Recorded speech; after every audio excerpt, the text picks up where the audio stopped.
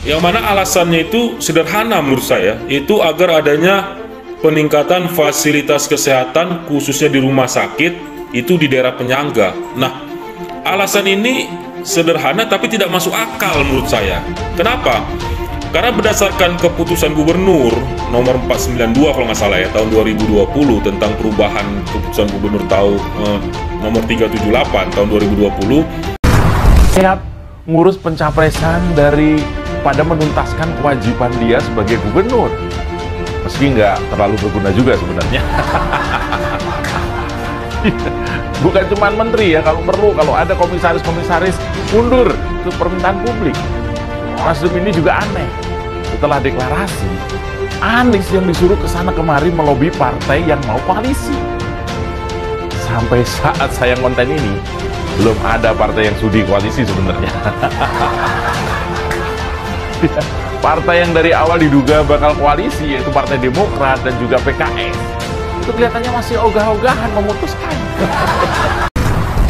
Barisan pendukung Anies Baswedan yang hengkang dari Pemprov DKI.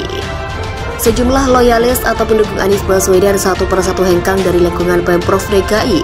Teranyar, relawan Anies yang mundur dari Pemprov DKI di bawah BUMD adalah Ges Khalifa.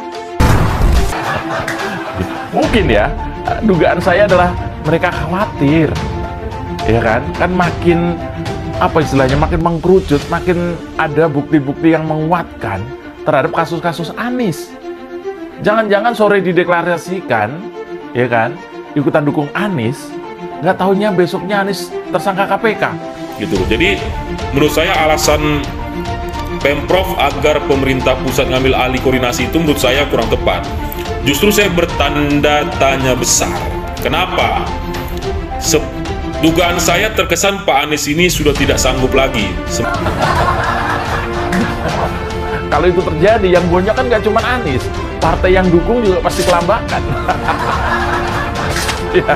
Nah, kalau Demokrat dan PKS masih mikir-mikir dulu mau mencapreskan Anies, tapi kenapa ya Nasdem ini ngotot dan terkesan buru-buru kemarin itu? Utarakan, kalau memang terkesan sudah tidak sanggup, ya lebih baik mundur saja Pak Anies dari jabatannya selaku gubernur. Karena apa? Selama ini yang kita ketahui, Pak Anies ini kan tampil gagah, perkasa, dan hebat ketika berbicara di hadapan media massa. Nah, sepertinya soal Nasdem mencapreskan Anies, ya. Kemudian ini kenapa orang banyak bertanya, kenapa buru-buru? Kemarin itu terjawab oleh pernyataan Partai Nasdem melalui Zulfan Lindan di Detik. Dengan secara lisan bahwa sebagai ketua DPC tidak boleh menyatakan pendapat pribadi tanpa koordinasi dengan partai karena menyangkut hal yang prinsip. Yaitu kalau saya sederhanakan kira-kira bahwa Nasdem mendukung Anies itu karena Anies merupakan antitesa dari Pak Jokowi katanya. Ini yang ngomong politisi Nasdem ya, namanya Zulfan Lindan. Yang setahu saya, pernyataan Pak Ali Lubis yang meminta mundur Pak Anies menurut saya memang sedikit terlalu keras, tapi kita harus melihat substansinya. Substansinya adalah Pak Ali Lubis menyampaikan kritikan terkait penanganan COVID-19. Yang namanya kritik tentu menjadi cambuk. Audio Jungle.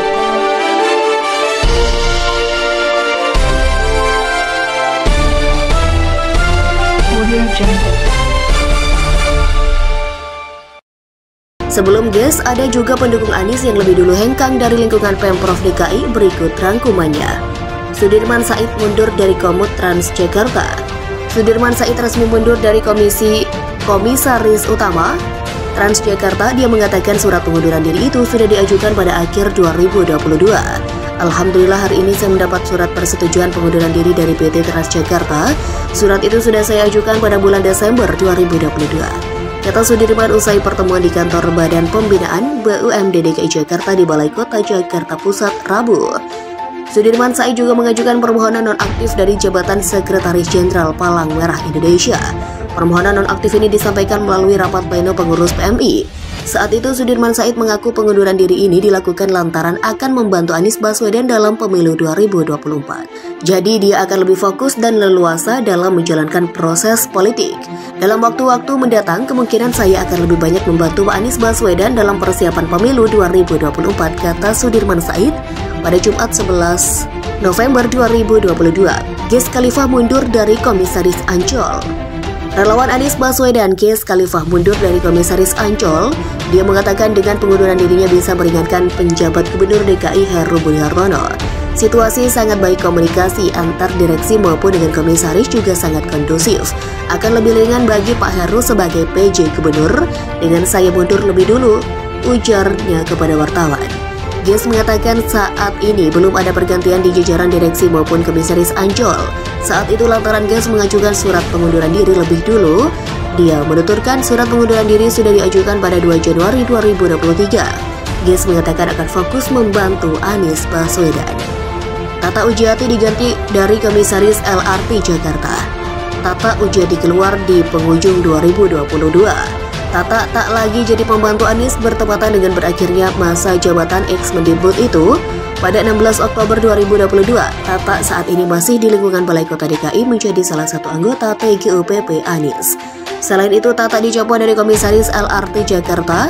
Tata menjabat Komisaris LRTJ per Desember 2021 dan diganti pada 14 November 2022. Tata melalui akun Twitternya juga menyampaikan kabar bahwa dia sudah tidak menjabat Komisaris LRT Jakarta. Dia mengatakan telah purna tugas. Purna tugas, alhamdulillah telah menyelesaikan tugas sebagai komisaris di PT LRTJ, membantu menjalankan perusahaan sesuai tujuan dan mematuhi GJG.